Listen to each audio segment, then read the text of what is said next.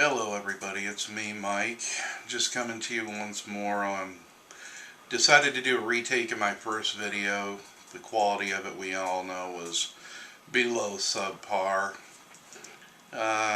Decided now that I've got the new camera, I'd do something with it and give you all a better look at me, unfortunately.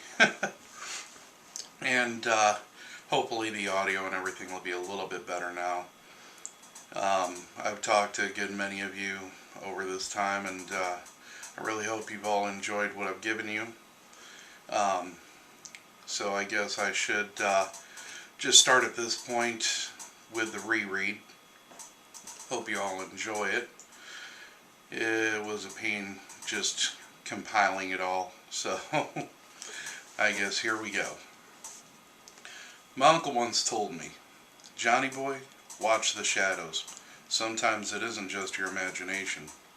I had no idea as a kid that he wasn't joking. Shadows are a funny thing.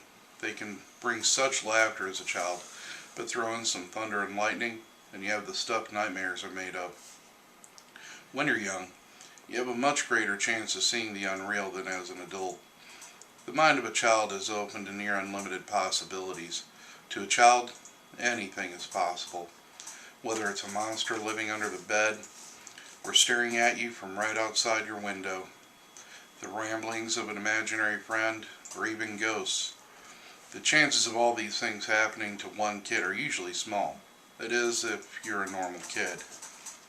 Monsters? Hell, they killed my mom, and tried killing me. Since I was a young boy, the only friends I remember having were a kid named Drake whose mouth got us in and out of more situations than I could count, and my imaginary friend Pandora, a giant green leopard man who used to tell me stories at night to help me go to sleep. As for ghosts, well, I've seen more than my share. It's never fun being different as a kid, but things are usually worse when you don't know how or why you're different. I wasn't overweight, didn't stutter, wasn't handicapped in any way. Despite all that, I was still an outsider. I was faster, stronger, and got better grades than the other kids. My aunt and uncle refused to let me compete in any way, so I opted to try and graduate as quickly as I could. I believe my biggest problem was that I was almost nice and cute enough to put a person into a diabetic coma. None of that matters when you're dying, though. You see, you've heard the stories where the hero dies a martyr, or even saves the kingdom, but I didn't die like them. That wouldn't be interesting. Nah, I died saving the villain. Let me tell you, just getting to that point, well, I never imagined anything like that, like what I'm about to tell you happening to me. Well, I suppose I should start this retelling in a more traditional story form. Once upon a time. Chapter 1. There she is again, sitting alone in that fast-moving train. What is she running from?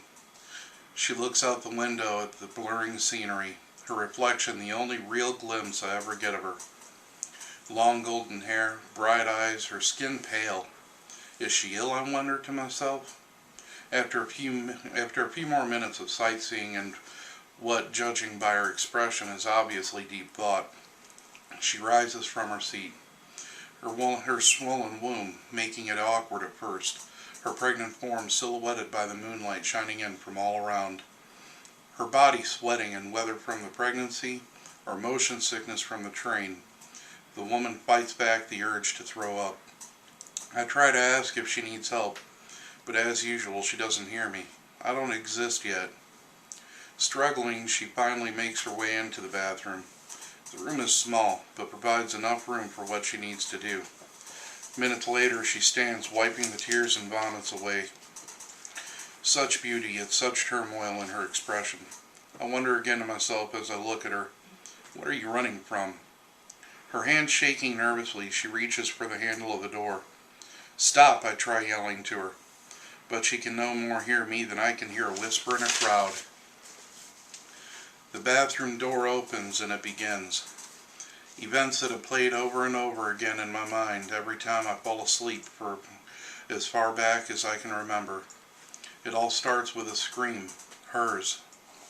The lights begin to flicker all around as the train begins to shake. the startled screams of the passengers drowned out by the screeching of the brakes. She tries holding on to something, anything, but the force of the train's shaking cars proves too much for her, the soon-to-be mother.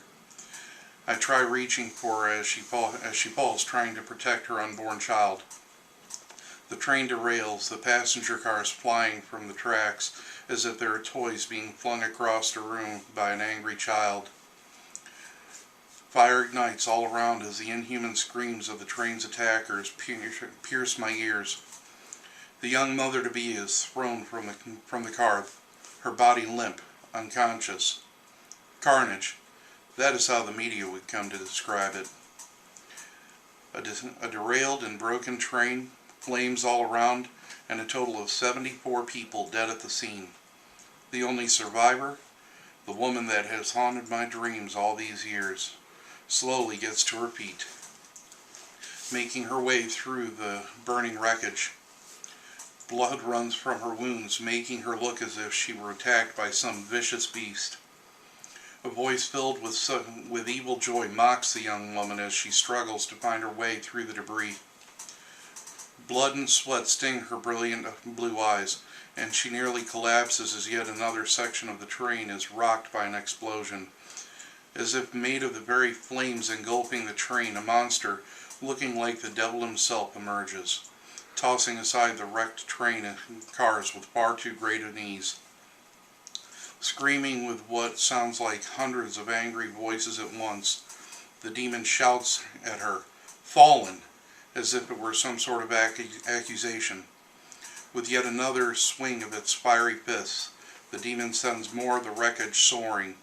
Just as the beast is about to claim its prize, a man wearing a long red coat and possessing great angelic wings sends the fiery creature fleeing with a hail of golden light from what looked to be a pair of crossbows held tightly in his hands. Lifting, then gently cradling the pregnant woman in his arms, her savior leaps high into the air, spreading his wings, soaring as quickly as he can to safety. Screaming, the woman shouts, "My baby," as she holds her hands to her belly. Tears stain her cheeks as blood stains her shirt, flowing from the dangerous wound in her side. His destination in sight, he lands quickly in front of the hospital entrance. Gently, he lays her down as he quickly approaches the sliding doors, shattering them with his red-gloved hands.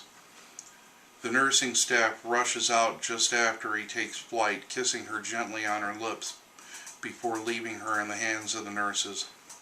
Feathers. That's all I see after that. Feathers falling like snow. I looked into my guidance counselor's eyes. "So, Mr. Lockaby, am I crazy?" That was chapter 1, along with the prologue. I hope you enjoy it. And I'm going to do you guys a favor. I've told a lot of you, the ones that I've talked to, about this chapter 5. It's my favorite so far.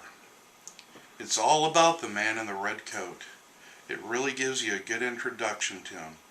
So I'm going to do you all a favor, and I'm going to skip ahead 3 chapters and go straight to chapter 5, skipping 2, 3, and 4 for the time being, and release chapter 5 to those eagerly awaiting to find out who that man in the red coat is and find out just more about Jonathan Snow. So, anybody watching this video, I can guarantee,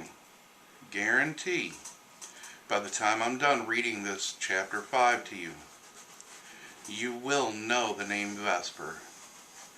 So, once you're done clicking on this, skip right over to the next, click on it, and enjoy the read. Till then, take care. See you next time.